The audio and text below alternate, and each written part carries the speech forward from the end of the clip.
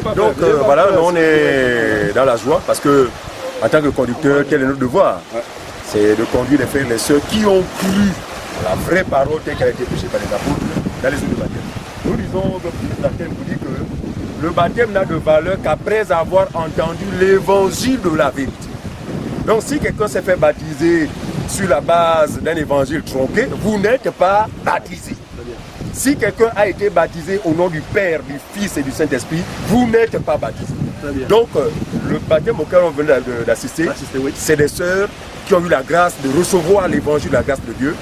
Ils ont cru à cet évangile et cet évangile pousse les croyants à cet acte qui pour nous est salutaire à cause de l'expérience que nous avons eue avec Christ par la foi. Donc ainsi, nous invitons tous les frères et sœurs qui nous regardent à travers le monde entier. Si vous avez cru à l'évangile de la grâce de Dieu, qu'est-ce qui peut bien vous empêcher de faire baptiser? Donc obéissez à ce commandement, c'est un commandement du Seigneur que nous en tant qu'anciens nous n'avons pas le droit de rejeter. Donc que le Seigneur vraiment bénisse ceux qui nous regardent. Car il est venu combler mon cœur de la joie qui me rend toujours vainqueur. Jésus-Christ consolateur, il a pris sur lui mes douleurs. Oh quel bonheur!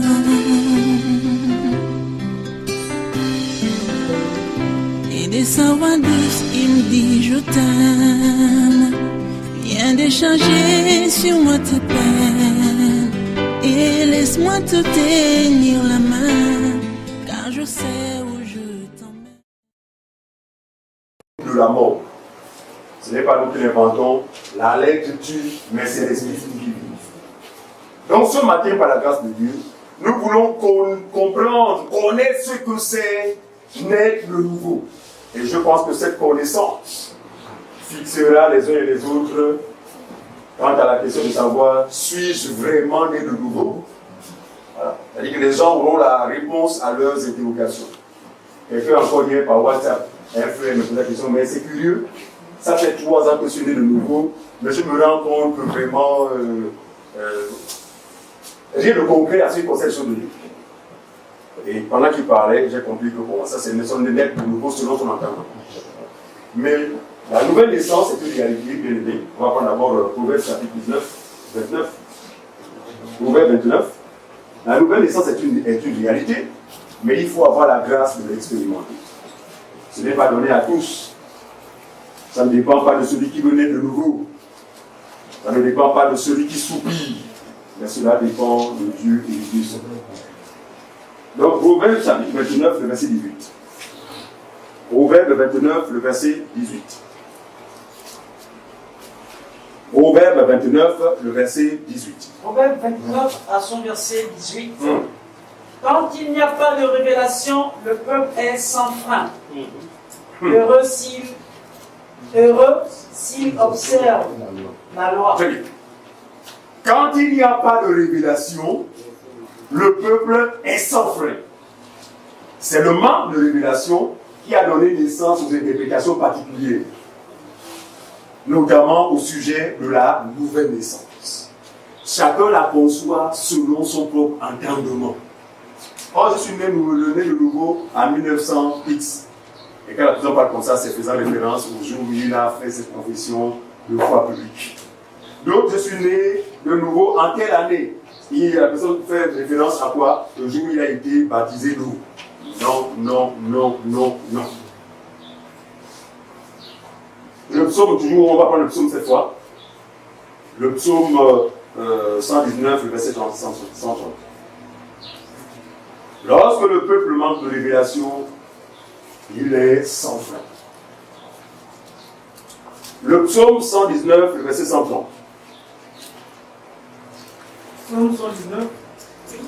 Le verset 130. 130. Oui. La révélation de tes paroles est claire. Ah, on a vu tout à l'heure que lorsque le peuple manque de révélation, il est sans frein. Or, David dit, la révélation de ta parole est claire. Elle donne de la précision. Elle donne de la connaissance. Continuons, frère. Elle donne de l'intelligence. C'est vrai. Je continue. Oui. J'ouvre la bouche et je soupire. On peut s'arrêter là. La révélation de ta parole est claire et elle donne de l'intelligence. Dans la version, et elle donne de la connaissance. Sans la connaissance de la nouvelle naissance, vous allez demeurer dans une conception erronée de celle-ci. Et c'est effectivement dans cette situation, dans cette conception erronée dans laquelle j'ai demeuré pendant plus de 20 ans. Je croyais être devenu enfant de Dieu. Je croyais être né de nouveau, avoir été né de nouveau, ou être né de nouveau. Ben, ce n'est que quelques années que la grâce m'a été accordée de savoir qu'il n'en était absolument rien. La nouvelle naissance, c'est un don qui vient d'en haut. La nouvelle naissance est rattachée à l'élection de Dieu. Non, ne peut ou ne va naître de nouveau que celui que Dieu a élu avant la fondation du monde. Ça veut dire quoi? Si quelqu'un n'a pas été élu avant la fondation du monde, cette personne aura beau aspirer à la nouvelle naissance, celle-ci ne se produira jamais. J'aimerais qu'on lise Romains chapitre 9. Romains chapitre 9, on va lire le verset 14 au verset 19. Romains chapitre 9, 14 à 19. Romains chapitre 9, verset 14 à 19, page 1142 pour ceux qui ont le buisson du Seigneur. Oui. Que dirons-nous donc? Que dirons-nous donc? Y a-t-il en Dieu de l'injustice? Et vous? Y a-t-il en Dieu de l'injustice? Parce que tout à l'heure je disais que la nouvelle naissance est liée à l'élection de Dieu. Si quelqu'un n'est pas élu, cette personne ne peut l'expérimenter. Et quand on entend comme ça avec un terme humain, Dieu semble être injuste. Je suis sûr que quand j'ai donné cette connaissance dans les cœurs, mais donc, finalement, Dieu est injuste. C'est pourquoi tout de suite je fais un passage pour répondre à nos interrogations. Que dirons-nous donc? Dieu est-il injuste? Loin de là. Réponse, loin de là. Car il dit à Moïse, Je ferai miséricorde à qui je fais miséricorde. Moi, Dieu, souverainement, parce que vous savez que Dieu n'a besoin d'aucun conseil humain. Vous savez que Dieu agit comme il veut. Ça, vous le savez, non? Vous savez que Dieu est souverain. Il dit à Moïse quoi? Moi, Dieu, je ferai miséricorde à qui? À qui je fais miséricorde? Et j'aurai compassion de qui j'ai compassion. Et j'aurai compassion de qui j'ai compassion. Ça veut dire que si Dieu n'a pas compassion de l'individu, malheureusement. Et s'il a compassion d'un homme ou d'une femme, gloire à Dieu. Mais nous pensons que si nous sommes autour de sa parole, c'est parce qu'il a eu compassion de nous. Je me répète. On ne se retrouve pas par hasard autour de l'évangile de la vérité. Si c'est le cas, ça veut dire que Dieu a eu compassion de nous. Dieu nous a fait miséricorde. Par sa grâce. Pas à cause de tes œuvres. Parce que tes œuvres ne peuvent l'influencer. Mais dans son amour, dans sa souveraineté, il t'a fait grâce de connaître la vérité pour être sauvé. Continue, mon frère. Verset 16. Oui. Ainsi donc, cela ne dépend ni de celui qui veut, c'était écrit, ni de celui qui... Ainsi donc, les choses qui concernent la miséricorde et la bonté de Dieu, ou encore qui concernent le royaume, ne dépendent pas de celui qui veut. Or, moi, je pense que 2019, ça m'aide. Moi, j'ai résolu à mon cœur qu'avec le 2019, je commence à suivre le Seigneur. C'est des résolutions que nous faisions autrefois, n'est-ce pas? Et les nouvelles années, pour nous, c'était vraiment le nouveau départ. Non, là, c'est le nouveau départ avec les autres, aller se raser la tête comme pourquoi, se débarrasser un peu de tout ce qui est bon. Bref, ça, c'est la pensée humaine. Il dit, ainsi le salut, ainsi les eaux qui relèvent du royaume ne dépendent ni de celui qui veut les obtenir, ni de celui qui court, donc celui qui fait des efforts pour chercher à les obtenir, mais de qui? Mais de Dieu qui fait miséricorde. Est-ce que vous comprenez le français? On est d'accord que le salut fait ne dépend pas de l'homme, mais de Dieu qui fait miséricorde à qui il le veut. On a vu qu'il y a un point en lui de justice. Il y a un fond, c'est tout un enseignement. Mais ce qu'il va retenir ici, c'est que la miséricorde est accordée à qui il veut, par Dieu lui-même et de façon souveraine. C'est là, Daniel, je fais la référence, il dit que personne ne peut lui dire que fais-tu. Oh mon Dieu. C'est pourquoi il est Dieu? Non, souverain. Il n'a personne, il n'a pas de conseiller. Regardez, c'est de façon résolue. C'est tout seul qu'il a réalisé tout cela. Il était tout seul. Même quand vous entendez, faisons l'homme à notre image. Ça veut le enseignement. Non, il était seul. Il n'a besoin de l'aide de personne. C'est ce qui fait de lui le véritable Dieu. Non, les faux dieux sont toujours assistés. Et souvent même pas des hommes. Les faux dieux, les statues, les faux dieux, les faux pasteurs qui se font passer aujourd'hui pour les dieux, ils sont toujours assistés. Mais lui, il n'a besoin de personne. Parce qu'en fait, il est ce Dieu autonome. Il s'auto-suffit. C'est pourquoi il est le véritable Dieu. Ainsi, ça ne dépend ni de celui qui veut, ni de celui qui court, mais de qui? Mais de Dieu qui fait miséricorde à qui il veut. La suite. Verset 17. 17. Car l'Écriture dit à Pharaon, je t'ai suscité à dessein. Ah, l'Écriture dit quoi? Que Pharaon, finalement, dans les choses de Dieu là, avait été suscité selon le plan préétabli de Dieu. Donc, Pharaon n'a pas intervenu dans son rôle d'oppresseur par hasard. C'est Dieu qui avait prévu que Pharaon existe et que ce même Pharaon opprime son peuple.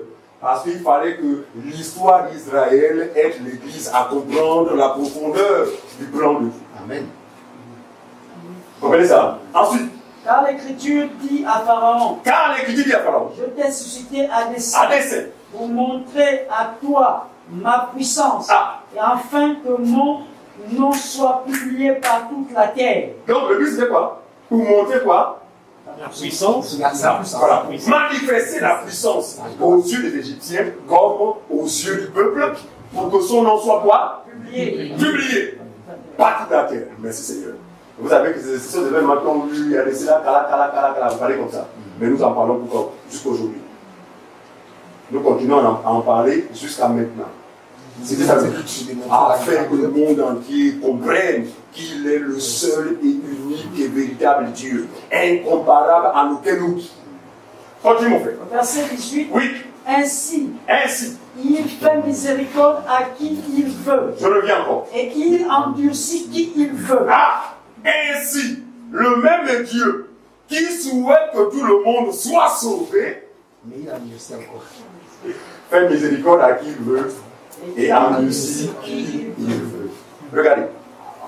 Il y a un passage où l'apôtre Paul dit par l'Esprit, il dit que la volonté de Dieu est que tous soient sauvés et parviennent à la connaissance. C'est ce qu'il est écrit. Mais si nous prenons ce passage à la lettre, en fait, Paul semble contredire Dieu. Mais il ne le contredit pas. Mais il le dit dans un état d'esprit. Il dit que la volonté de Dieu est que tous parviennent. Le tous là, ce n'est pas tout le monde. Parce que souvenez-vous qu'à chaque fois que Dieu a exercé des jugements dans toute l'histoire de Dieu, jamais tout le monde a été sauvé. Le tous ici, c'est son peuple. Amen. Pour qui il manifestera toujours de la fidélité. Regardez, les promesses rattachées à Israël selon la chair trouvent leur sens dans l'Église. En fait, c'est des promesses que nous devons, n'est-ce pas, nous devons nous approprier de ces promesses. C'est-à-dire que Dieu a dit à Israël, je ne t'abandonnerai pas. Je t'aime tellement. En réalité, c'était l'image. Il parlait à un peuple physique, mais dans le fond, il parlait aux élus. C'est-à-dire que la véritable Israël, qui est composée de toutes les nations, mais réunie en la personne du Seigneur Jésus-Christ. Amen. Le véritable Israël, ce n'est pas celui qui est là-bas à Jérusalem. Le vrai Israël, c'est toutes ces personnes qui rendent à Dieu désormais incultes par l'esprit. Amen. Donc que vous soyez juifs selon la chair, que vous soyez nation selon la chair, mais nous devenons Israël à qui Dieu dit je ne t'abandonnerai jamais. Donc le tous dont parle Paul ici, c'est l'ensemble des brebis qui appartiennent au Seigneur. Et Jésus l'a confirmé parce qu'il dit je n'ai perdu aucune des brebis que tu m'as données. Ça veut dire quoi? Le Seigneur ne perdra jamais l'une de ses brebis. Toutes les brebis doivent rentrer dans la bergerie. Et je crois que c'est la principale raison qui justifie encore notre présence sur la terre.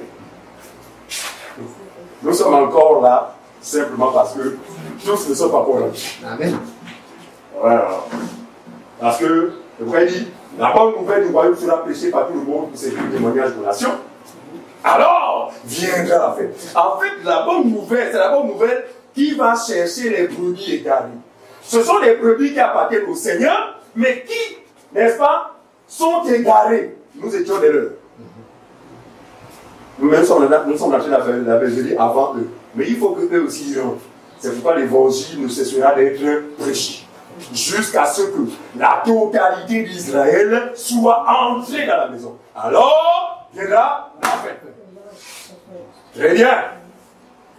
Là, ça va se fermer. En fait, quand on parle de Noé qui fut sauvé avec sa famille, Noé est le type de Christ. N'est-ce pas? Qui doit être sauvé avec, parce que c'est lui qui est le premier élu. Ça vous le savez, non? Mon serviteur, celui que j'ai élu. Le premier élu, c'est Jésus. Donc, lui, l'élu, Noé, en entrant dans l'arche avec sa famille, c'est symbole, l'image de quoi? De Christ et toute sa famille. Donc, si vous n'êtes pas de la famille de Noé, vous n'entrerez jamais dans l'arche. Noé, ici, c'est Christ. Il faut être de la famille de Christ pour rentrer dans le salut. On y va. Au verset 18, 19, oui. Tu me diras, pourquoi blâme-t-il encore? Alors, car qui est ce qui résiste à sa volonté? C'est bien. On dit tout à l'heure que c'est lui qui endurcissait Pharaon, c'est lui qui avait suscité Pharaon, mais pourquoi l'Écriture dit, pourquoi Dieu blâmait-il encore Pharaon? Si c'est lui qui est à l'origine de l'endurcissement de Pharaon, pourquoi l'Écriture révèle que, on a vu, il fallait que Moïse vraiment manifeste des signes, des machins de Pharaon, il vous ne partirez pas. Or, la Bible révèle que c'est Dieu qui a endurcissé Pharaon. Mais pourquoi alors blâme-t-il encore Pharaon? C'est bizarre. Je vais vous passer un peu contradictoire. Mais c'est lui qui est derrière l'endurcissement de Pharaon, mais il vient encore le blâmer. Laisse partir mon peuple. Parce qu'il fallait que ces choses se produisent afin que l'Église soit suffisamment exaucée. On continue. Verset 20. Ô homme, toi plutôt qui es-tu pour contester avec Dieu? Très bien, continue. Le vase d'argile dira-t-il à celui qui l'a formé, pourquoi m'as-tu fait ainsi? On peut s'attirer maintenant. Dieu savait qu'effectivement les raisonnements allaient s'élever. Mais Dieu aussi, finalement, il est injuste. Il dit, ô homme, je vais te freiner dans tes allées. As-tu déjà vu un vase ou une masse d'argile contester contre le côté celui qui le fabrique? En général, que fait l'argile? L'argile subit la pensée du côté. Amen. Et nous sommes ces vases, nous sommes ces argiles entre les mains de Dieu. Amen. Mais là où nous avons grâce à lui, c'est que si nous écoutons ces choses, certainement, nous sommes de sa famille. Amen.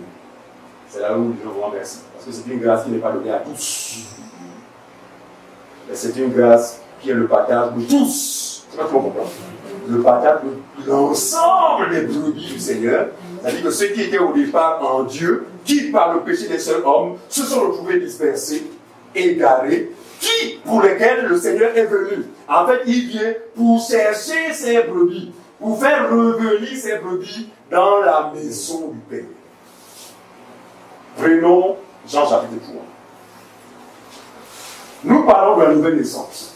Il fallait bien que je pose ces bases afin que nous comprenions que cette expérience ne dépend pas de celui qui veut, ni de celui qui court, ni de celui qui aspire, n'est-ce pas? Qui aspire, mais de Dieu qui fait grâce à qui il veut.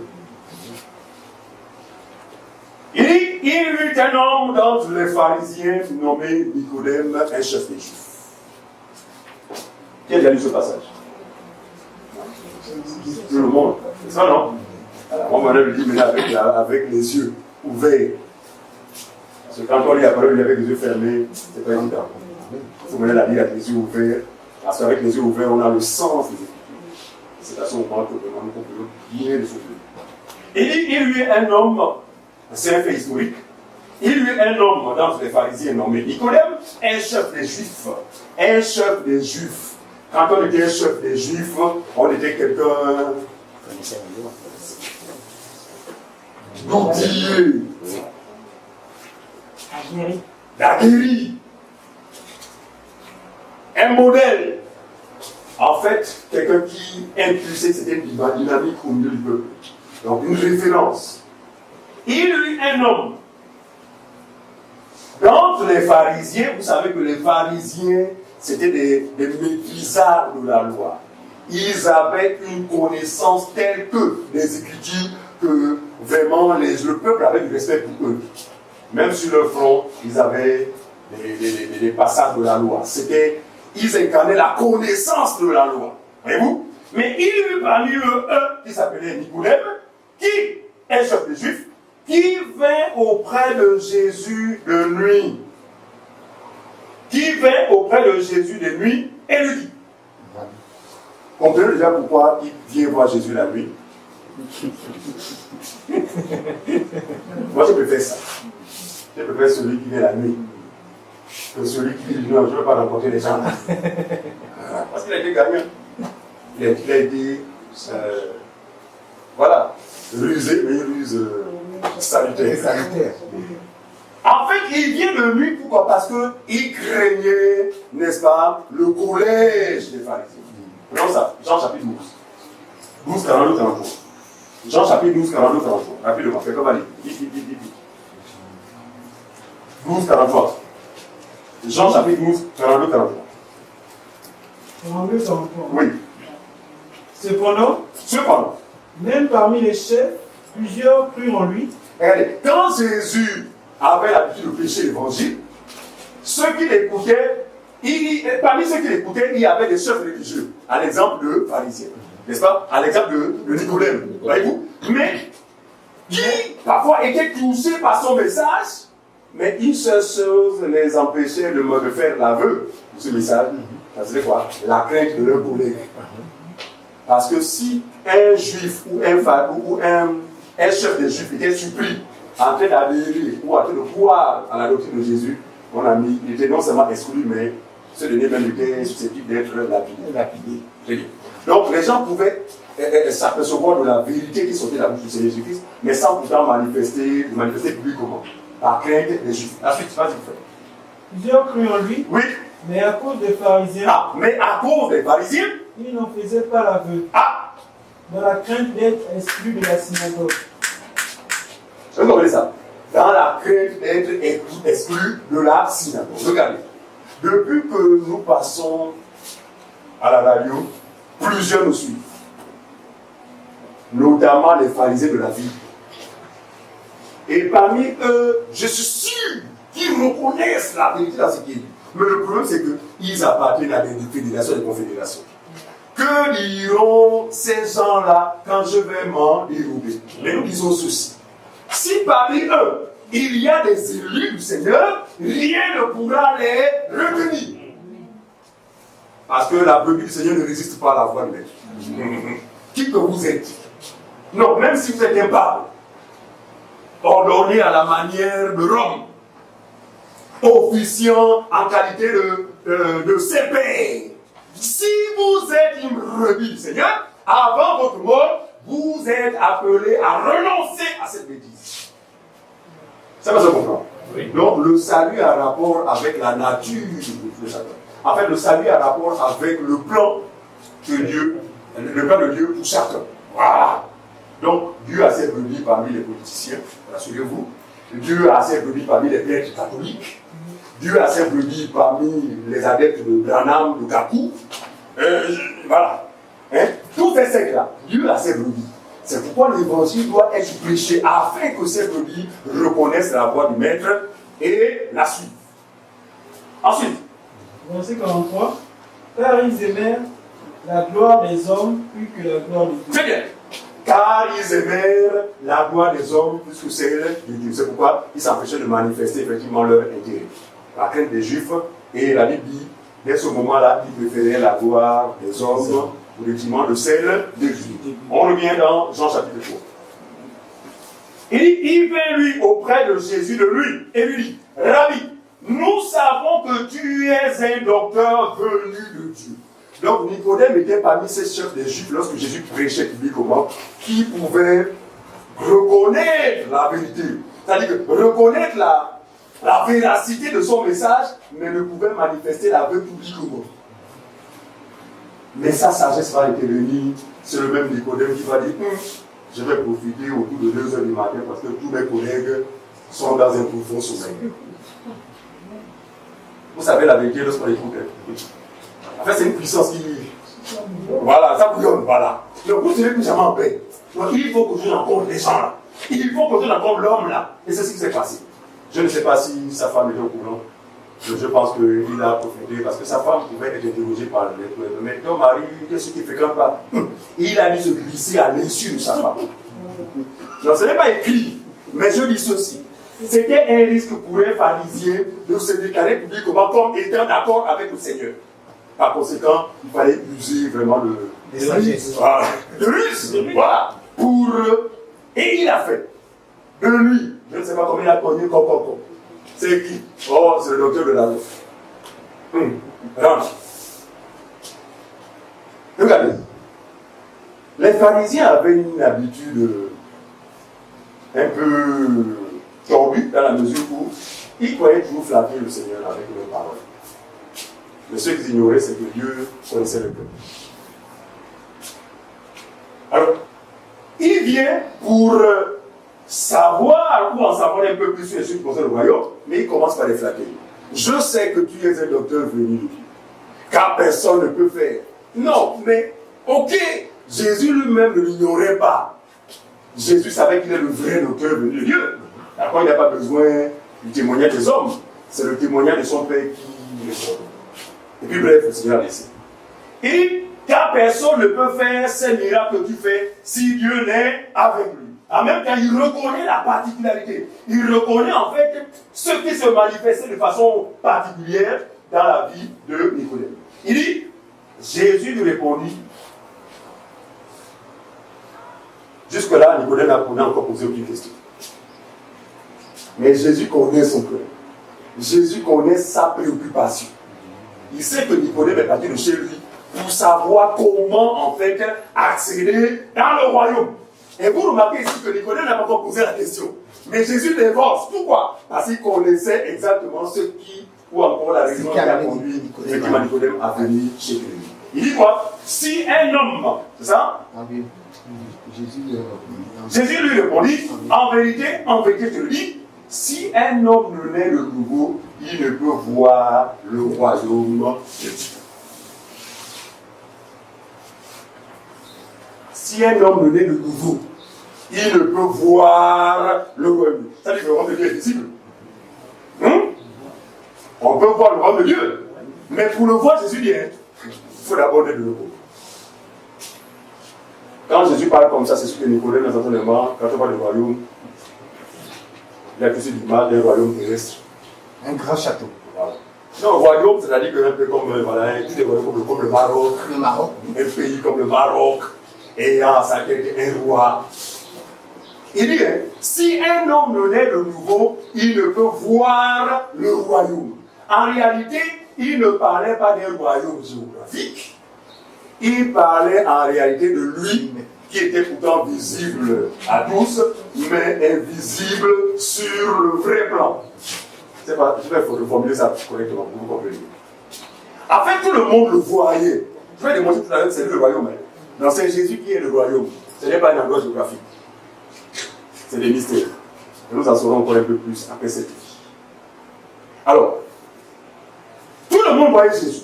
Nicodème voyait Jésus tous les jours. Mais Jésus estimait qu'aussi vrai qu'il n'était pas de nouveau, il ne pouvait pas le voir. C'est fort.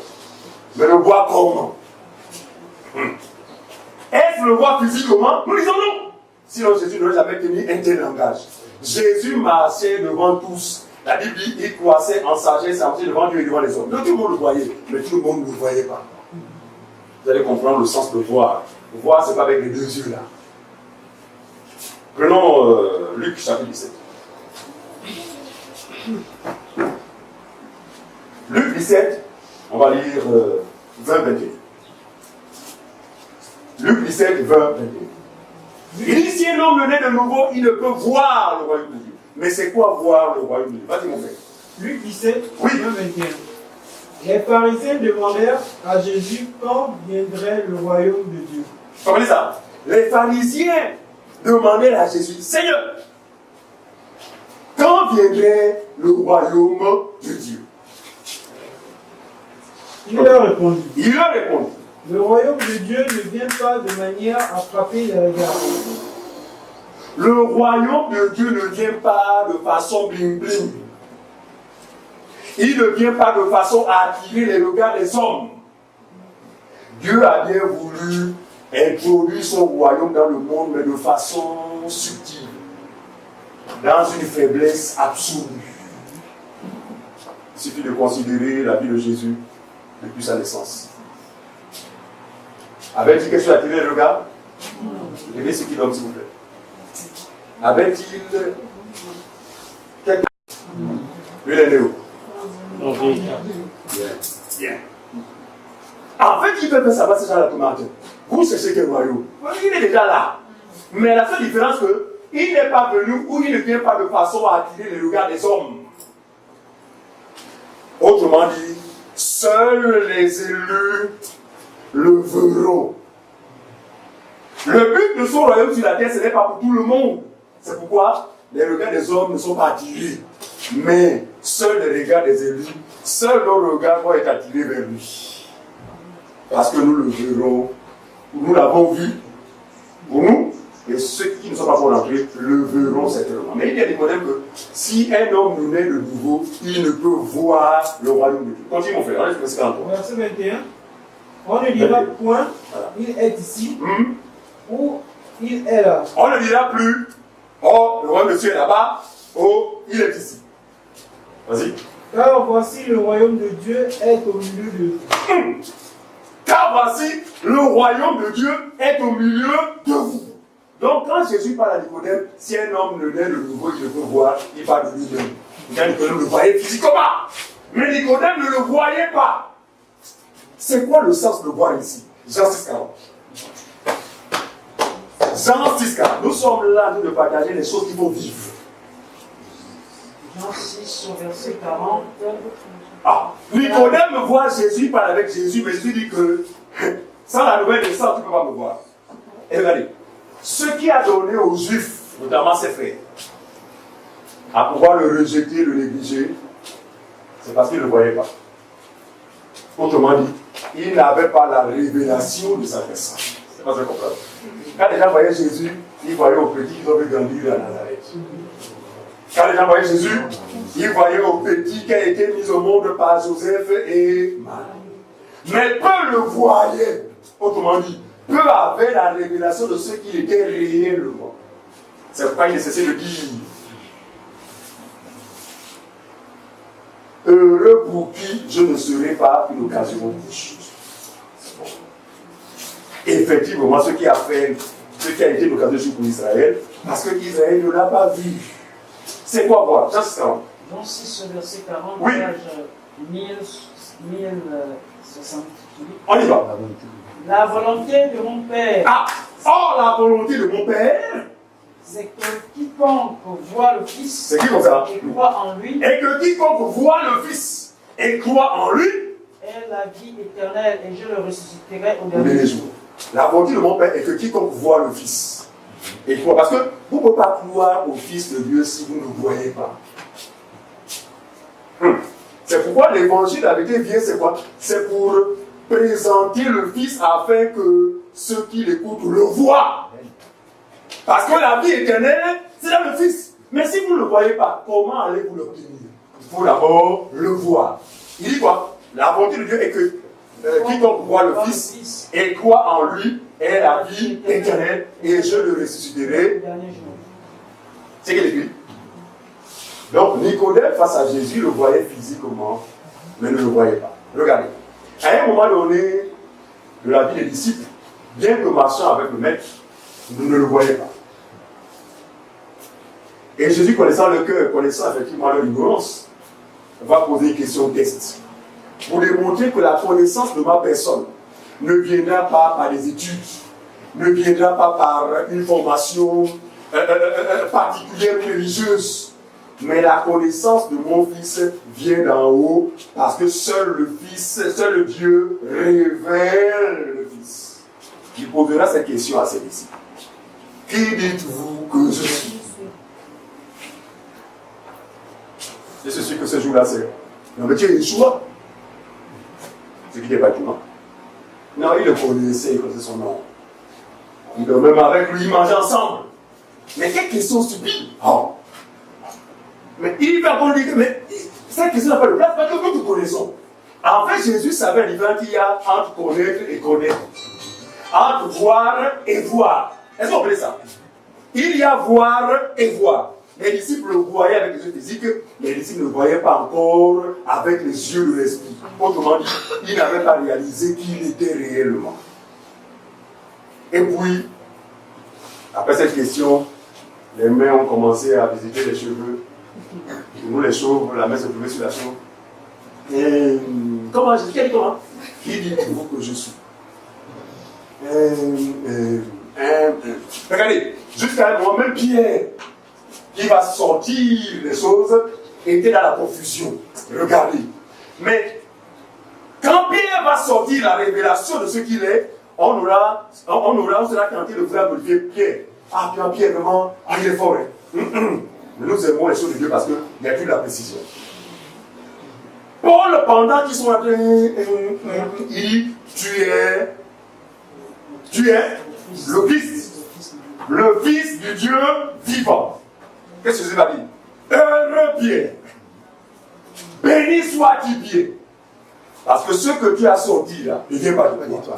C'est ça. Il faut que nous sachions. C'est-à-dire que la capacité à voir le Fils ne vient pas de nous. On a dit au départ que ça ne dépend ni de celui qui veut, ni de celui qui court, mais de Dieu qui fait grâce à qui il veut. Nous disons que la grâce nous a été accordée, frère, ne vient pas de nous. On n'a rien fait. Je ne l'ai pas étudié. Et même quand je l'ai fait, je ne l'ai jamais vu. Parce qu'on ne voit pas le Fils en étudiant. On ne voit pas le Fils après avoir suivi une formation théologique. Mais la révélation du Fils vient de d'où? D'en haut. C'est Dieu qui révèle le Fils. Il dit heureux Simon Pierre. Parce que ce que tu as sorti ne vient ni de la chair. Disons ça, non, pas le livre, c'est le temps. Il dit quoi? Ce que tu as dit vient. C'est l'ennemi de la chair. Voilà.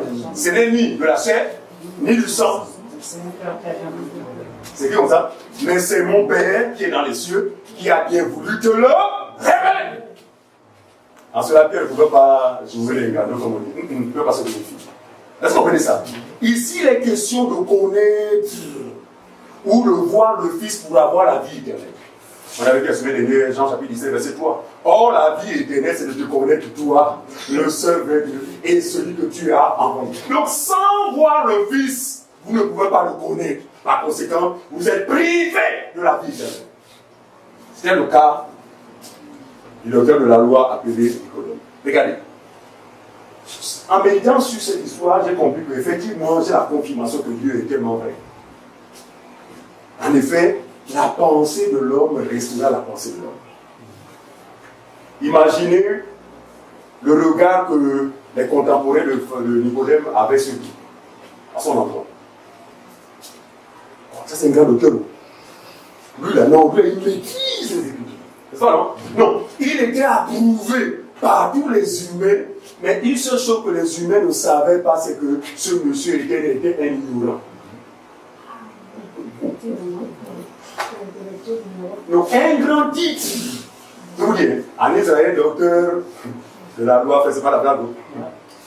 Vous savez, pour en sortir, il fallait une formation théologique sensiblement de 30 ans. Il fallait être enseigné pendant 30 ans. C'est-à-dire, quand on parle de la loi, on n'a plus besoin d'aller lire les rouleaux. Tout est là. Et pour le démontrer, ils avaient sur leur front, n'est-ce pas, de verser de la loi. Pour dire que nous sommes attachés, nous avons la maîtrise de la loi. Venez vers nous pour nous consulter afin que nous vous édifions en ce qui concerne la loi. Mais ils ne savaient pas que la loi qu'ils connaissaient en réalité avait été suscitée par Dieu juste pour témoigner de la personne du Seigneur Jésus. Donc la loi était témoin. La loi ne peut donner la vie. Mais elle a existé juste pour témoigner de la personne de Jésus. Et regardez, Nicodème, le grand docteur de la loi, mais il est humble. Parce qu'avec telle connaissance, c'est ce rabaisser qui en a posé des questions à un type qui n'a même pas étudié comme lui. Non. Quand c'est rabaissé, attends. Nicodème aurait souhaité aller poser la question à un collègue pharisien, à un collègue docteur, mais un type qui n'a jamais étudié. Nous pensons que la miséricorde de Dieu se manifestait en ce monsieur pour comprendre qu'en réalité, la connaissance ne viendra pas de ces docteurs-là, mais de celui-là qui n'a pas les critères que vous avez. En fait, qui n'est pas docteur selon la pensée humaine. Nous le venons. Et Nicodème lui dit, comment un homme, après avoir dit, si un homme ne naît de nouveau, il ne peut voir le royaume de Dieu. On a expliqué quoi. Nicodème lui dit, comment un homme peut-il naître quand il est vieux? Vous savez, le raisonnement de la chair, le raisonnement de la tête, c'est le raisonnement de la lettre. Et quand on n'est pas encore vivifié, même quand on les écritures, on va les interpréter tout selon la chair. Nicodème réalise qu'effectivement, je suis né d'un père et d'une mère, et jamais j'ai appris dans ce monde qu'une fois que quelqu'un est né après une trentaine ou une quarantaine d'années, ce dernier peut encore rentrer à nouveau dans le ventre de sa mère. Nicodème n'a jamais entendu ça. Tout sa curiosité. Maître, comment ferais-je à mon âge pour rentrer encore dans le ventre de ma mère parce que tu ne veux pas de nouvelle naissance? Donc, Nicodème était conscient qu'effectivement il avait joui d'une. Pour doubler la chaise. Nicodème était conscient qu'il avait joui d'une première naissance. D'accord? La naissance qui a été le partage de chacun d'entre nous. On est né, on a été mis au monde par nos parents, n'est-ce pas? Mais ça, c'est quoi? Selon la nature du premier homme. Selon le premier Adam. Et quand on est dans cette nature-là, en réalité, c'est quoi? On se prépare, on est en marche vers la mort physique. On ne peut plus repartir dans le ventre de maman. C'est pas ça qu'on comprend. Alors Nicodème, c'est ce qu'elle a dit, comment? Je suis déjà en direction de ma fin. Toi, tu me dis que pour rentrer dans le royaume de Dieu, il faut que je laisse le nouveau. Comment ferais-je encore pour rentrer dans le ventre de ma mère? Nicodème avait une compréhension erronée de la nouvelle naissance, comme c'est le cas aujourd'hui. Il y a de nouveau sous le soleil. On continue. Et quand il lui dit, comment un homme peut-il naître quand il est vieux? Peut-il rentrer dans le sein de sa mère et naître? Jésus lui répondit, en vérité, je te le dis, si un homme ne naît d'eau et d'esprit, il ne peut, cette fois, entrer dans le royaume de Dieu. Il y a une première étape, c'est voir. On a vu que voir est lié avec la foi. Et quand quelqu'un a cru, systématiquement ce dernier rentre. Ce dernier rentre dans le royaume. Mais ce qui donne à quelqu'un de rentrer dans le royaume, c'est quoi? C'est l'eau et l'esprit. Alors, ce passage a donné l'occasion à certains de dire que c'est le baptême d'eau dont parlait le Seigneur Jésus-Christ. Mais il n'en est rien. Il fallait qu'il maintienne le langage en parabole vis-à-vis du pharisien. Il ne pouvait parler ouvertement. Il parle d'eau, mais en réalité, ce n'est pas l'eau en za. Ce n'est même pas l'eau de la rivière, même pas l'eau que les gens vont chercher là-bas À Jérusalem. à Jérusalem. Il s'agit ici de l'eau. Sans laquelle on ne peut expérimenter la nouvelle naissance. Ça veut dire quoi? Premièrement, tout homme est né selon la chair, mais il faut que cette eau intervienne, il faut que l'eau et l'esprit interviennent pour nous donner le relais de nouveau. Mais c'est une naissance, s'il vous plaît, tenez-vous bien, qui ne vous changera pas votre aspect physique. Votre nez aura toujours la même forme. Sauf si vous grossissez. Ça comprend. Donc ça dit que la nouvelle naissance là, donc Dieu ne peut pas s'y référer. Pourquoi? Parce que c'est une naissance charnelle. Ce qui est né de la chair est chair. Mais lui, il veut amener l'homme pécheur, né selon la chair, à naître cette fois selon l'esprit. Et cette expérience passe par quoi? Par l'eau et l'esprit. Jésus répondit, en vérité, il dit, si un homme naît d'eau et d'esprit, il ne peut entrer dans le royaume de Dieu. Autrement dit, il ne peut être en moi. Et tant que l'apôtre parle de lorsqu'une personne est en Christ, il n'est pas fou, hein? Il comprend ces choses-là. Il sait que, en fait, ce n'est pas le fait de s'acquitter un type de chrétien. Ce qui est vital et important, c'est être en Christ. Le problème, c'est ça. Non, nous avons beaucoup plus de gens qui sont chrétiens, mais ne sont pas en Christ. Parce que être chrétien, ça devient maintenant comme dénominationnel. Moi, je suis témoin de Jéhovah. Moi, je suis protestant. Moi, je suis catholique. Ils ont fait de cette appellation aussi une simple appellation. Regardez, nous allons ouvrir cette appellation. Nous ne disons pas qu'on ne peut pas se faire appeler chrétien, mais nous allons au-delà. Le chrétien, en effet, c'est à l'église d'Antioche que pour la première fois, n'est-ce pas, ce terme est sorti. Pour quelle raison? Parce que ceux qui pouvaient voir ceux qui marchaient, notamment les disciples qui marchaient avec Jésus-Christ, reflétaient justement son caractère, et ce sont donc des gens comme Christ. Des gens comme Christ. Or, la réalité d'être en Christ, c'est plus profond. Il dit que si un homme naît d'eau et d'esprit, il ne peut entrer, donc ne peut être en moi. Lorsqu'une personne est en Christ, elle est une nouvelle créature. Suite à quoi? Suite à la nouvelle naissance. La nouvelle créature que le chrétien devient est quoi? Est l'expression, ou encore est le fruit de quoi? De la nouvelle naissance. C'est pourquoi les choses anciennes sont passées. Qu'est-ce qui est quelque chose d'ancien? C'est tout ce qui était rattaché à la chair, à notre naissance selon la chair. Maintenant, tout cela est passé. Voici que toutes choses deviennent nouvelles. Par rapport à quoi? Par rapport à la nouvelle nature que nous revêtons en Christ Jésus. L'eau et l'esprit. Commençons par l'eau. Jacques chapitre 1, le verset 18. Jacques chapitre 1, le verset 18. Il dit l'eau et l'esprit. C'est quoi l'eau? Ce n'est pas l'eau en ça, ce n'est pas l'eau de rivière, ce n'est même pas le baptême d'eau. Jacques chapitre 1, verset 18. Oui. Il nous a engendrés selon sa volonté par la parole de la vérité. C'est dit comme ça. Afin que nous... Il nous a engendrés. Selon quoi? Il faut bien souligner selon sa volonté. En fait, nous sommes en train de prouver ici que ça ne dépend pas de nous. Non, cette expérience ne dépend pas de l'homme. L'homme n'y participe nullement. Mais lui, dans sa miséricorde et sa grâce, il nous a engendrés selon quoi? Selon le bon. Il nous a engendrés selon sa volonté. Selon sa propre volonté. Par la parole de la vérité. Très bien. Voilà l'eau dont parlait le Seigneur. Donc c'est la parole de la vérité qui peut donner naissance.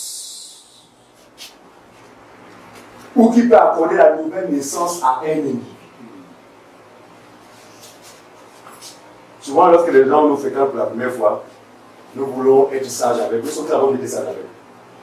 Parce que souvent, la question, on fait. Donc, tu as pris au Seigneur depuis. Ça fait combien de temps? Oh, depuis 50 ans. Et puis nous laissons comme ça. Nous laissons comme ça. Mais nous exhortons ces personnes à se prêter davantage à la vérité Et c'est elle qui, après 2 ou 3 cas, me dit, ah frère, monsieur, maintenant, quand finalement, je n'étais jamais convaincu. Et puis, je dis, mais, qui te l'a dit? Non, mais moi-même, quand je regarde l'idée, là, je me rends compte que. Ouais, donc, ils sont un peu comme ça. Non, nous vous laisserons dans vos opinions. Mais la parole est bien pour corriger, elle est pour reprendre. En fait, non, c'est elle dont nous avons besoin. C'est elle qui est censée nous ouvrir les yeux. Et vous? Moi aussi, mon ami, mon Dieu, on n'a pas été des figurants des assemblées des hommes là. Mon Dieu, des acteurs. Chantre ceci, nous on est là-bas, quand il y a séminaire, on affiche, on tout à l'heure, on dort pas, on est là, on affiche des panneaux partout. Voilà. Et dans ces choses-là, ça dit qu'en fait, pour nous, nous étions en train de servir. Ah, fait. Mais depuis qu'on a vu le Fils, Seigneur, merci, parce que je serais mort avec toi. Et il dit, non, mais mon amour était super. Vous comprenez ça? Non, non. Les gens ne connaissent pas Dieu.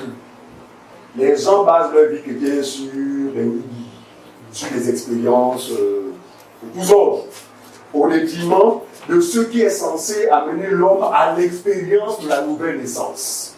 C'est ce qui passe par l'eau. On a vu qu'il nous a engendrés, donc il nous a accouchés de nouveau. Par quoi?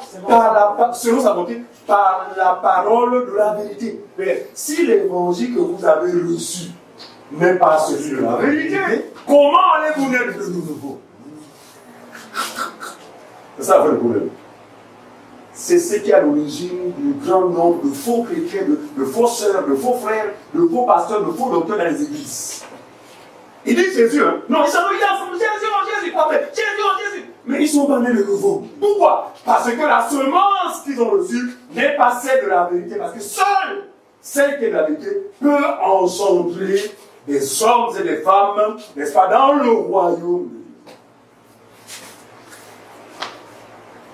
Il dit, si un homme naît d'eau et d'esprit, alors il construit à l'esprit. Éphésiens chapitre 1, verset 13. Éphésiens 1, 13.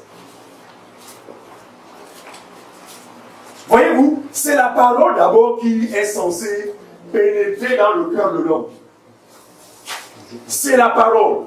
Et une fois cette parole trouve la foi dans le cœur de l'homme, n'est-ce pas? C'est cette foi-là qui permet à Dieu de te coller le Saint-Esprit. Éphésiens chapitre 1, le verset 13. Qu'est-ce qu'il dit? Éphésiens 1, 13. En lui, vous aussi, après avoir entendu la parole de la vérité, ça veut dire non? L'évangile. Il dit vous aussi.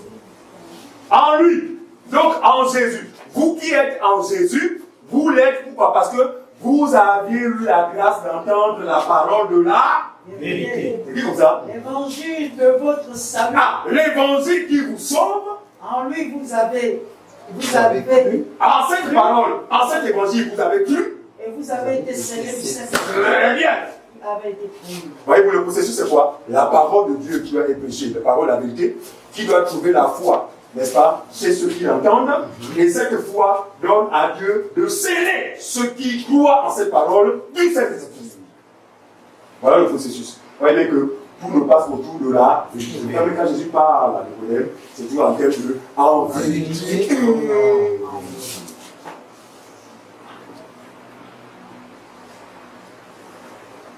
Verset 6, on peut encore avancer. Verset 6, il dit, attention Nicodème, ne te mêle pas les pinceaux.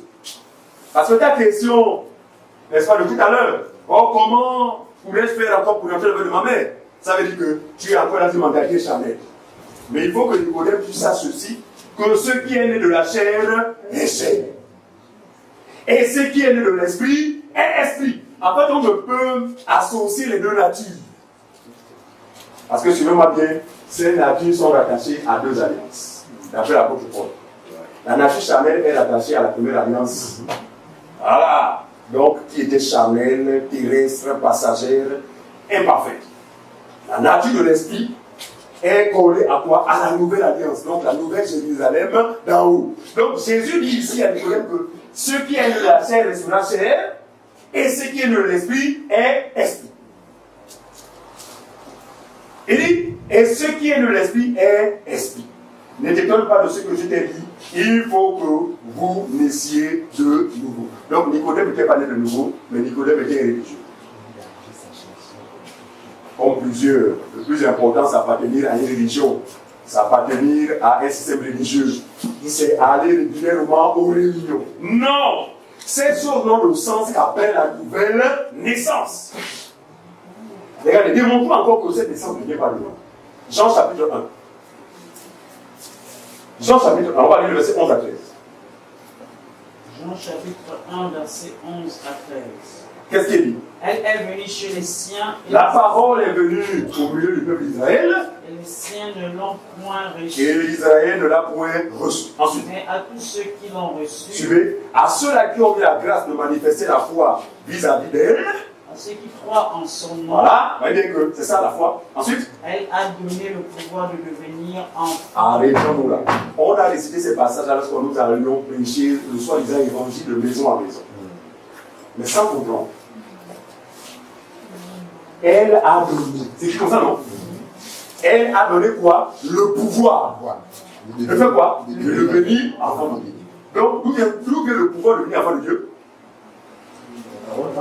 La parole. C'est la parole qui confère ce pouvoir. En fait, c'est la parole qui décide de faire de toi un enfant de Dieu. Mais nous le lisions. Après quoi? Ça ne nous empêchait pas de terminer la théorie avec mon frère, ferme les yeux, répète après moi. Or, en le faisant, se contredit. La parole a donné le pouvoir. Elle est venue chez les siens l'ont pas reçu. Mais à ceux qui l'ont reçu, à ceux qui croient en elle, la parole, donc Dieu, donne le pouvoir à l'homme de devenir. L'homme ne naît pas enfant de Dieu, mais le devient. Par quel moyen? Grâce à la miséricorde de Dieu. C'est qu'il dit non, vous êtes sauvés par la grâce, par le moyen de la foi. Cela ne vient pas de vous. C'est le don de Dieu. Ce n'est point par les œuvres, afin que personne ne se glorifie. C'est pourtant clair. Mais on s'embrouillait. Après avoir lu ce passage, fais plaisir mon frère. Répète après moi. Après cette confession, notre ignorance nous condamne à dire que nous actuellement là mon frère. C'est la fête dans le ciel. Vous vous souvenez, après la période, c'est comme ça. Soyons honnêtes. En fait, même si tu vas dans le quartier, il n'y a pas de fête là. Là-bas, c'est la joie de nous. Tu sais quoi? Parce que tu t'es répandu. Dieu dit que là-bas, il y a la joie quand une seule âme se répand. On avait donné un enseignement sur la repentance, on a démontré que même la repentance est un don. Non, ne peut se repentir, c'est que celui à qui Dieu donne ce pouvoir de voir les choses. Mon Dieu, en fait, Dieu n'a pas voulu que l'homme s'implique dans son plan de salut. Pourquoi? Pour qu'il ne s'en glorifie pas.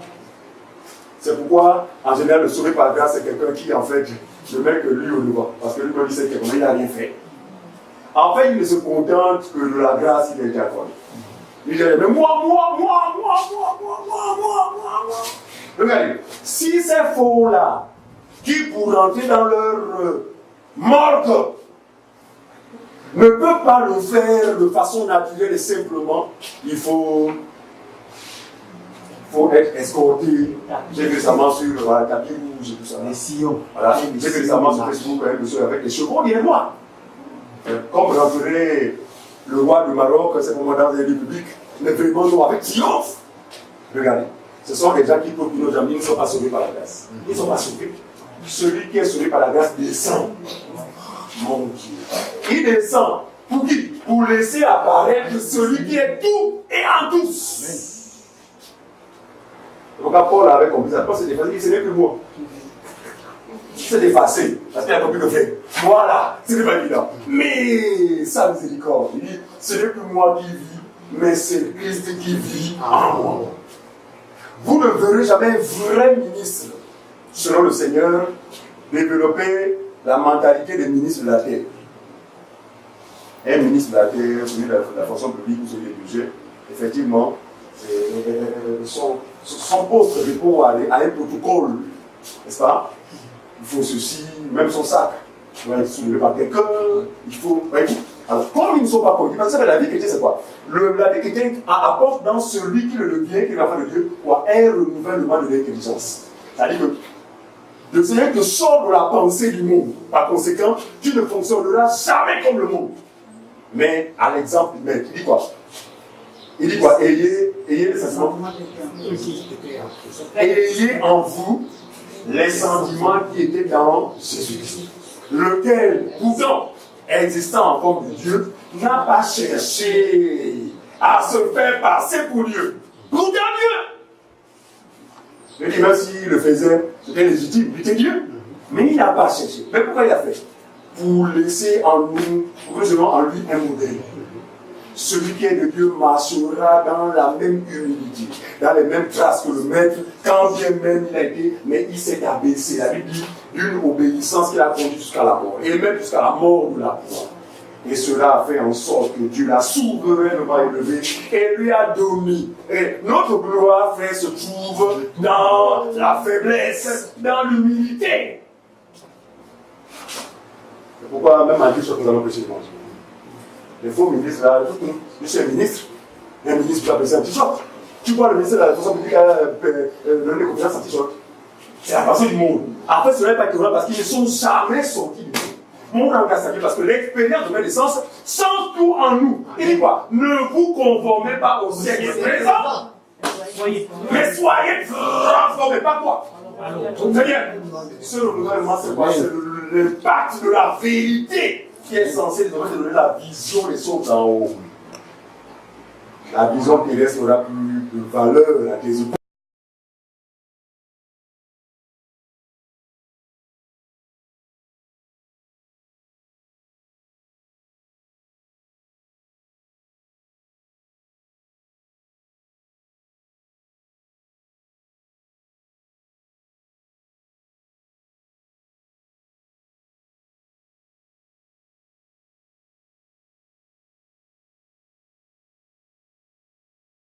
De réunion.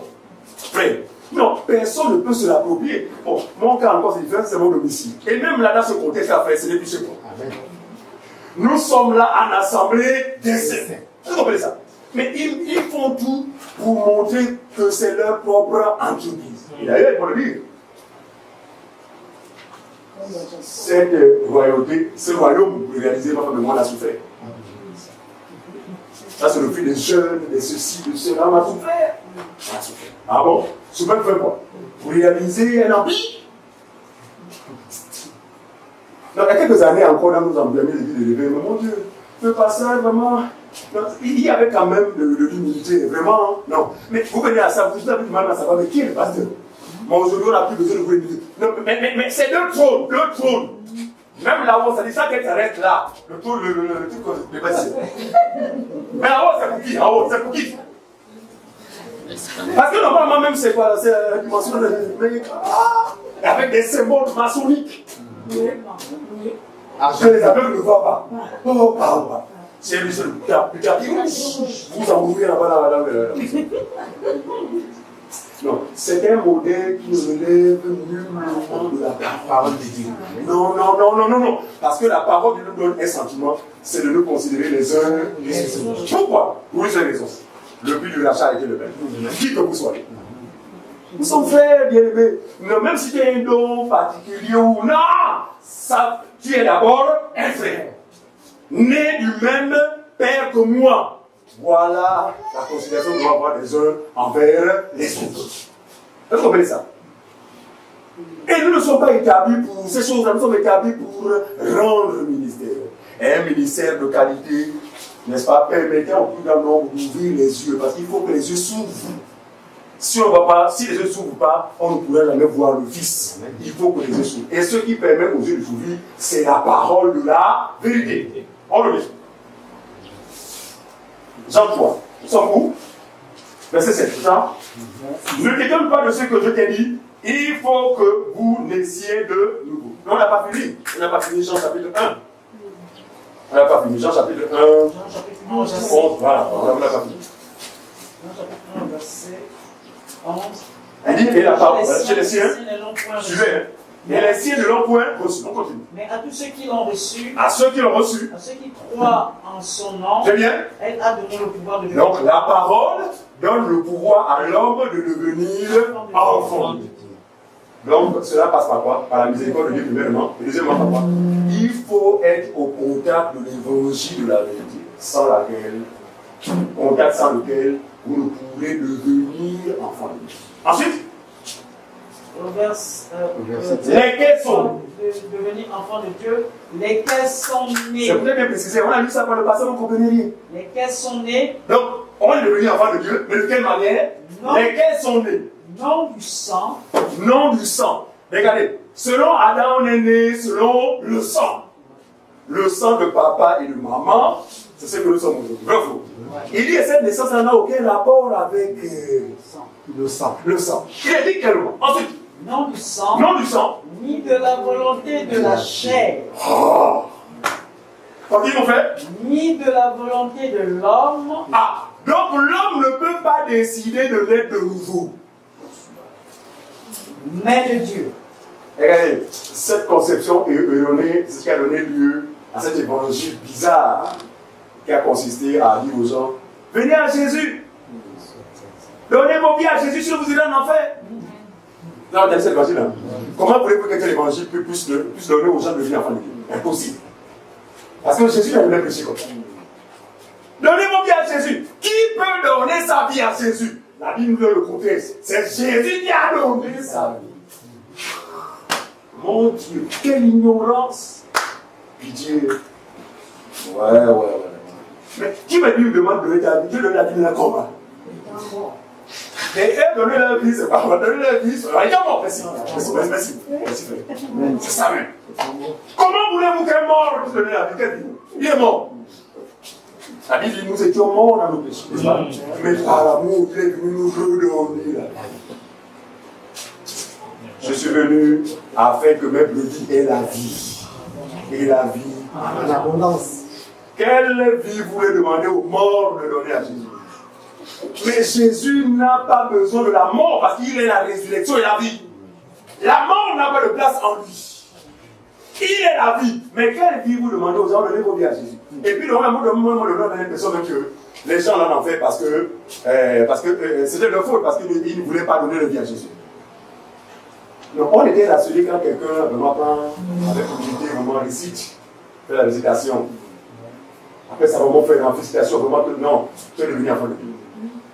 Et puis, on commence à prendre des enseignements dans un seul but, rattacher cet individu à la dénomination. Et si la personne appelle la récitation à l'église qu'on appelle la porte ouverte, ils vont loin. Ils ont des noms là de mystificateurs. L'église chargée direct. Ticket il est là. Sans escale. Donc quand l'ignorant passe, il voit un panneau, l'église. Ticket direct. Il faut être fou pour ne pas s'arrêter. Vous comprenez ça? Non! Nous disons non. Ce n'est pas nous qui inventons. C'est pourquoi je vous dis que, je vous assure, si par la grâce de Dieu, je sais que les serviteurs de Dieu, les vrais serviteurs font leur travail, ce n'est qu'à partir de l'évangile qu'on peut assister à des vraies expériences de la naissance. Et regardez, quand quelqu'un n'est pas né réellement selon l'esprit, selon l'eau, il n'est pas étonnant qu'il y ait des manifestations, des faux dons spirituels, des faux ministres de la parole. Après, tout sera faux. Mais pour le reste, une impression d'être Dieu. Parce que derrière ça se cache l'imitateur. Il sait que c'est faux, mais il faut bien que comme les gens disent, oui, ça c'est Dieu, regarde, il parle en langue, regarde, il parle en langue. Non, le parler en langue trouve son authenticité après la nouvelle naissance. Ce n'est que quand on est de nouveau qu'on peut s'attendre à des dons excellents. Parce que ces dons-là ne viendront pas de vous, mais viendront là-haut. Et d'ailleurs, je parle en langue qui était le mis avant, j'avais quelqu'un de le fabriquer. Non seulement le fabriquer, mais l'exercer avec aisance. Être éloquent dans ça, c'est-à-dire que sans budget. Non, ça coulait, ça coulait. Et quand on attendait des pas là où on priait, le cas de faire sortir les larmes pour dire que là, si on va dans la présence. Non, ça c'est le cinéma. Les œuvres de Dieu relèvent de l'esprit. Les œuvres de Dieu n'ont aucun lien avec les apparences, mais des sélections se fait intérieures. Ah, c'est Jésus. Mon Dieu, c'est cette connaissance dont les gens ont besoin. Avançons. Il dit, ne t'étonne pas de ce que je t'ai dit, il faut que vous naissiez de nouveau. Il dit, le vent souffle où il veut, et tu entends le bruit, pourtant, mais tu ne sais d'où il vient, ni où il va. Vous savez pas là? La suite? La suite? Vous ne suivez pas non plus? Vous suivez la suite?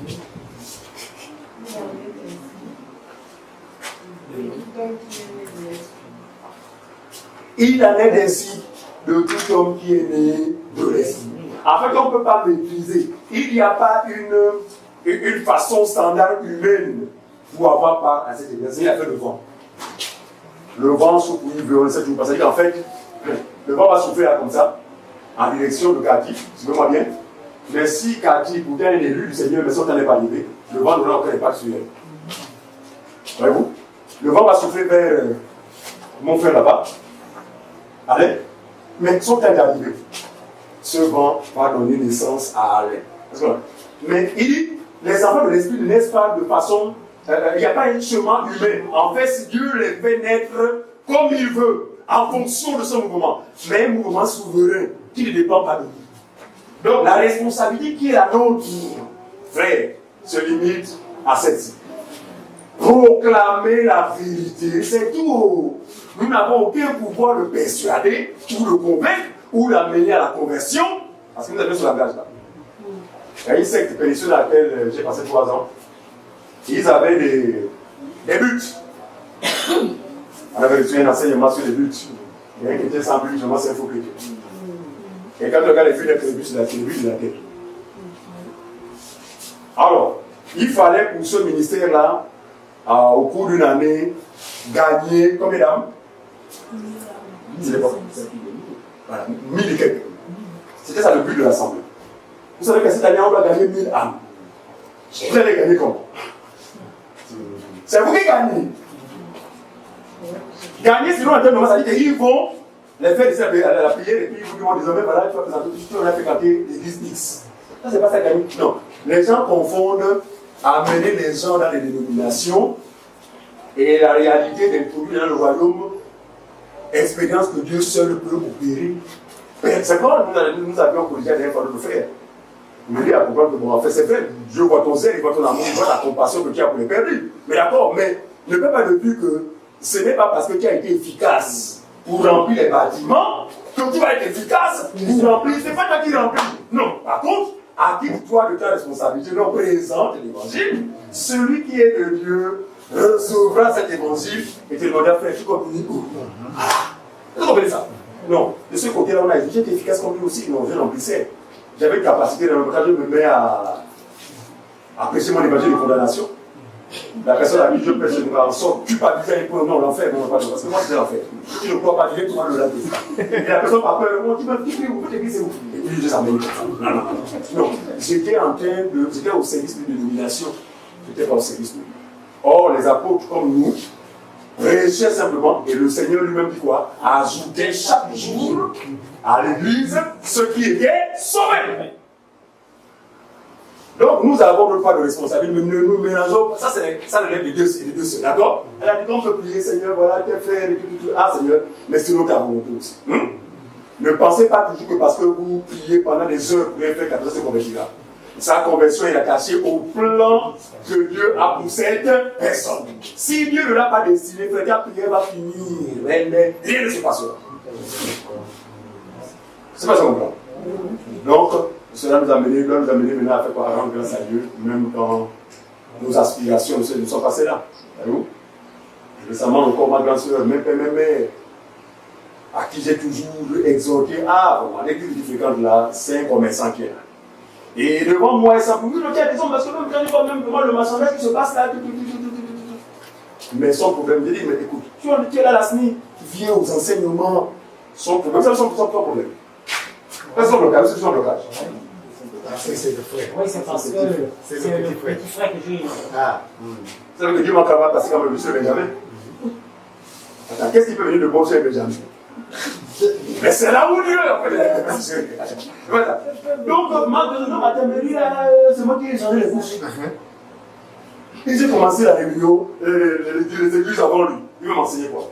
Elle me dit en face. Et elle me dit non, en fait, tu sais, reste à la maison, moi ça ne m'arrange pas. J'ai décidé quand même de le bâtir là-bas, même si on a le four. Le Seigneur a fermé ma bouche. Je comprends mes limites, parce que je ne peux pas faire tout le monde. Mais quand ils sont allés faire le marchandage là, moi, je ne pas dedans, mais je vais seulement t'écouter la parole. Quelle parole! Donc c'est confus. Cela montre encore que nous n'avons pas de pouvoir de donner les gens, de donner aux gens de devenir enfants de Dieu. Mais la responsabilité qu'il a nous, c'est quoi? C'est de présenter l'évangile de la vérité qui, elle, trouvera certainement, selon la miséricorde de Dieu, une place dans le cœur de ceux qui l'entendent. Ne condamnez pas non plus ceux qui, n'est-ce pas, ceux à qui vous avez prêché l'évangile depuis des années, mais ils ne démarrent. Il se pourrait que la personne ne soit pas destinée. Ce n'est pas vous qui allez changer ça. Mais appliquez-vous de vos devoirs parce qu'il nous faut prêcher l'évangile à toute occasion favorable. Non. Le reste, c'est Dieu lui-même. On va terminer. Nous sommes en. Voilà. Verset 7. 9. Nicodème lui dit, oui. Comment cela peut-il se faire? Très bien. Jésus lui répondit, oui. Tu es docteur d'Israël et tu ne connais pas ces choses. Tu écoutais un enseignant. Parce qu'un enseignant, c'est quelqu'un de clairvoyant. Mais comment tu vas enseigner pendant que toi-même tu es dans un aveugle? Et quand Jésus regardait sur les pharisiens, dans leur zèle là, Jésus ne manquait pas de son parabole. Il dit, un aveugle peut-il conduire aux aveugles? En fait, il parlait d'eux. Vous-même, vous êtes déjà aveugle. Mais vous avez l'audace de vouloir conduire les milliers de personnes. Vous les conduire où? Vous dites, ton verrou, tu pas tout ça à la fosse. Voilà. On ne conduit pas les gens lorsqu'on est aveugle. C'est pourquoi jamais le Seigneur n'a interdit un ministre dans son église aveugle. Il est interdit. Non, il ouvre d'abord les yeux du ministre, bien ouvert. Il dit, allez, tu peux la conduire. Parce que là, tu vois, eux sont aveugles. Maintenant, dans ta direction, il est évident que les écailles qui les empêchent de voir tombent au fur et à mesure. Et c'est ça. Est-ce qu'on appelle ça? Très bien. Il dit, comment toi qui es l'auteur de la loi ne connais-tu pas ces choses, c'est ça? Vas-y. Voilà. En vérité, tu le dis.